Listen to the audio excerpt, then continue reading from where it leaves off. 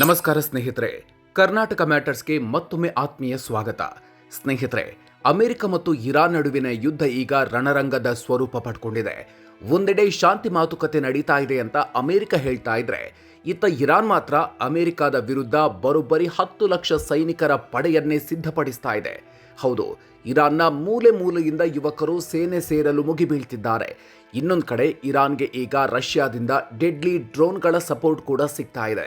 ಈ ಭಾರಿ ಬೆಳವಣಿಗೆಯಿಂದ ಬೆಚ್ಚಿ ಬಿದ್ದಿರೋ ಅಮೆರಿಕ ಅಧ್ಯಕ್ಷ ಡೊನಾಲ್ಡ್ ಟ್ರಂಪ್ ಇರಾನ್ ಮೇಲಿನ ತಮ್ಮ ದಾಳಿಯನ್ನ ದಿಢೀರಂತ 10 ದಿನಗಳ ಕಾಲ ಮುಂದೂಡಿದ್ದಾರೆ. ಹಾಗಾದ್ರೆ ಇರಾನ್ನ ಈ 10 ಲಕ್ಷ ಸೈನಿಕರ ಪಡೆಯ ಹಿಂದಿರೋ ಪ್ಲಾನ್ ಏನು? ರಷ್ಯಾ ತನ್ನ ಡ್ರೋನ್ಗಳನ್ನ ಇರಾನ್ಗೆ ಯಾಕೆ ಕೊಡ್ತಾ ಇದೆ? ಟ್ರಂಪ್ ದಿಢೀರಂತ ಯುದ್ಧ ಮುಂದೂಡಿದ್ಯಾಕೆ? ಇರಾನ್ ಅಮೆರಿಕಕ್ಕೆ ಕಳುಹಿಸಿದ ಆ 10 ಹಡಗುಗಳ ಮಿಸ್ಟ್ರಿ ಗಿಫ್ಟ್ ಏನು? ಇವತ್ತಿನ ವಿಡಿಯೋದಲ್ಲಿ ಈ ಜಾಗತಿಕ ಹಗ್ಗಜಗ್ಗಾಟದ ಕಂಪ್ಲೀಟ್ ಡೀಟೇಲ್ಸ್ ನೋಡೋಣ. ವಿಡಿಯೋ ಶುರು ಮಾಡೋದಕ್ಕೂ ಮೊದಲು ನೀವಿನ್ನೂ ನಮ್ಮ ಚಾನಲ್ಗೆ ಸಬ್ಸ್ಕ್ರೈಬ್ ಆಗಿಲ್ಲ ಅಂದರೆ ಈಗಲೇ ಸಬ್ಸ್ಕ್ರೈಬ್ ಆಗಿ, ಹಾಗೆ ಬೆಲ್ ಐಕಾನ್ ಪ್ರೆಸ್ ಮಾಡಿ.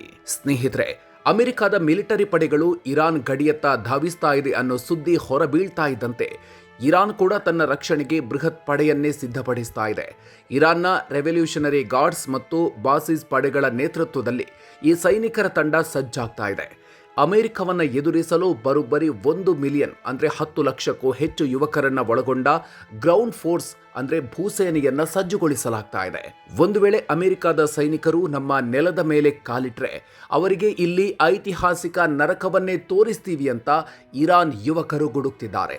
ಟ್ರಂಪ್ ಎಷ್ಟೇ ಶಾಂತಿ ಮಾತುಕತೆಯ ಬಗ್ಗೆ ಹೇಳಿದ್ರೂ ಇರಾನ್ ಮಾತ್ರ ನಾವು ಯಾವುದೇ ಮಾತುಕತೆಗೆ ಸಿದ್ಧವಿಲ್ಲ ಅಂತ ಬಹಿರಂಗವಾಗಿ ಸವಾಲು ಹಾಕಿದೆ. ಇರಾನ್ಗೆ ಸಿಕ್ತು ರಷ್ಯಾದ ಡ್ರೋನ್ ಸಪೋರ್ಟ್. ಇದೆಲ್ಲದರ ಮಧ್ಯೆ ಅಮೆರಿಕ ಮತ್ತು ಯುರೋಪ್ ದೇಶಗಳಿಗೆ ಈಗ ಮತ್ತೊಂದು ಟೆನ್ಷನ್ ಶುರುವಾಗಿದೆ. ಅದೇನಂದ್ರೆ, ಇರಾನ್ಗೆ ಈಗ ರಷ್ಯಾದಿಂದ ಅತ್ಯಾಧುನಿಕ ಕಾಂಬ್ಯಾಟ್ ಡ್ರೋನ್ಗಳ ಪೂರೈಕೆಯಾಗ್ತಾ ಇದೆ ಅನ್ನೋ ಗುಪ್ತಚರ ಮಾಹಿತಿ ಹೊರಬಿದ್ದಿದೆ.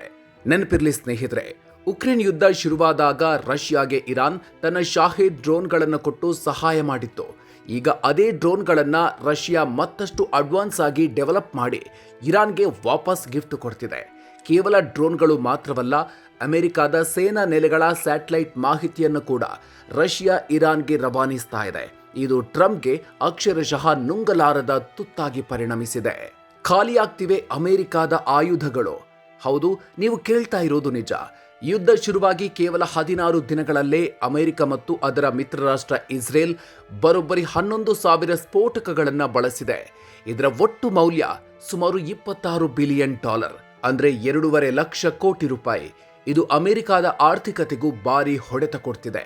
ಅಷ್ಟೇ ಅಲ್ಲ, ಇರೋ ಬರೋ ಆಯುಧಗಳನ್ನೆಲ್ಲ ಬಳಸಿದ್ರಿಂದ ಈಗ ಅಮೆರಿಕದ ಬಳಿ ಅಡ್ವಾನ್ಸ್ಡ್ ಆಯುಧಗಳ ಕೊರತೆ ಎದುರಾಗಿದೆ. ಅನಿವಾರ್ಯವಾಗಿ ಅವರು ಹಳೆಯ ಮತ್ತು ನಿಖರತೆ ಇಲ್ಲದ ಡಮ್ ಬಾಂಬ್ಗಳನ್ನು ಬಳಸುವ ಪರಿಸ್ಥಿತಿ ಬಂದಿದೆ. ಟ್ರಂಪ್ಗೆ ಇರಾನ್ ಕೊಟ್ಟಿತು ಮಿಸ್ಟರಿ ಗಿಫ್ಟ್. ಏನಿದು ಉಡುಗೊರೆ? ಕೆಲವು ದಿನಗಳ ಹಿಂದೆ ಟ್ರಂಪ್ ಇರಾನ್ ನಮಗೆ ಒಂದು ದೊಡ್ಡ ಮಿಸ್ಟರಿ ಗಿಫ್ಟ್ ಕಳುಹಿಸಿದೆ ಅಂತ ಹೇಳಿದ್ರು. ಅದು ಏನಿರಬಹುದು ಅನ್ನೋ ಕುತೂಹಲ ಎಲ್ಲರಲ್ಲೂ ಇತ್ತು. ಅದನ್ನೀಗ ಸ್ವತಃ ಟ್ರಂಪ್ ಅವರೇ ರಿವೀಲ್ ಮಾಡಿದ್ದಾರೆ. ಹೋರ್ಮುಜ್ ಜಲಸಂಧಿಯನ್ನ ಬ್ಲಾಕ್ ಮಾಡಿರುವ ಇರಾನ್ ತಮ್ಮ ಸೌಹಾರ್ದತೆಯನ್ನ ತೋರಿಸಲು ಅಮೆರಿಕದ ಕಡೆಗೆ ಬರೋಬ್ಬರಿ 10 ಬೃಹತ್ ಆಯಿಲ್ ಟ್ಯಾಂಕರ್ಗಳನ್ನು ಕಳುಹಿಸಿಕೊಟ್ಟಿದ್ಯಂತೆ.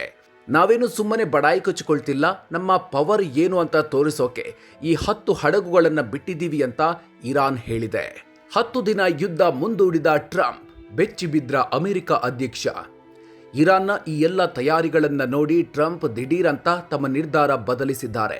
ಶುಕ್ರವಾರದೊಳಗೆ ಹೋರ್ಮುಜ್ ಜಲಸಂಧಿ ಓಪನ್ ಮಾಡದಿದ್ರೆ ಇರಾನ್ನ ಪವರ್ ಪ್ಲಾಂಟ್ಗಳನ್ನು ಧ್ವಂಸ ಮಾಡ್ತೀವಿ ಅಂತ ಬೆದರಿಕೆ ಹಾಕಿದ್ದ ಟ್ರಂಪ್ ಈಗ ಆ ಡೆಡ್ಲೈನ್ ಅನ್ನ ಏಪ್ರಿಲ್ 6ರವರೆಗೆ ಅಂದರೆ ಬರೋಬ್ಬರಿ 10 ದಿನಗಳ ಕಾಲ ಮುಂದೂಡಿದ್ದಾರೆ. ಇರಾನ್ ಸರ್ಕಾರದ ಮನವಿಯ ಮೇರೆಗೆ ನಾನು ದಾಳಿಯನ್ನ ಮುಂದೂಡ್ತಾ ಇದ್ದೀನಿ. ನಮ್ಮ ಮಾತುಕತೆ ತುಂಬಾ ಚೆನ್ನಾಗಿ ನಡೀತಾ ಇದೆ ಅಂತ ಟ್ರಂಪ್ ತಮ್ಮ ಟ್ರೂತ್ ಸೋಷಿಯಲ್ ಖಾತೆಯಲ್ಲಿ ಬರ್ಕೊಂಡಿದ್ದಾರೆ. ಆದರೆ ಇರಾನ್ ಮಾತ್ರ ಯಾವ ಮಾತುಕತೆಯೂ ಇಲ್ಲ ಅಂತ ಹೇಳ್ತಾನೆ ಇದೆ. ಒಟ್ಟಿನಲ್ಲಿ ಇರಾನ್ ಮತ್ತು ಅಮೆರಿಕ ನಡುವಿನ ಈ ಮೈಂಡ್ ಗೇಮ್ ಜಗತ್ತಿನ ಆರ್ಥಿಕತೆಯನ್ನೇ ಬುಡಮೇಲು ಮಾಡ್ತಿದೆ.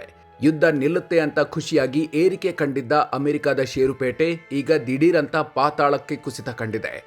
ಒಂದೆಡೆ ವಾಲ್ ಸ್ಟ್ರೀಟ್ ಪಾತಾಳಕ್ಕೆ ಕುಸಿದ್ರೆ, ಅತ್ತ ತೈಲ ಬೆಲೆಯು ಏಕಾಏಕಿ ಗಗನಕ್ಕೇರಿದೆ.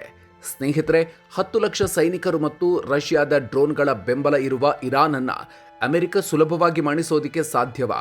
ಟ್ರಂಪ್ ಯುದ್ಧ ಮುಂದೂಡಿದ್ರ ಹಿಂದಿನ ಅಸಲಿ ಕಾರಣ ಏನು ಅಂತ ನಿಮ್ಗನ್ಸತ್ತೆ?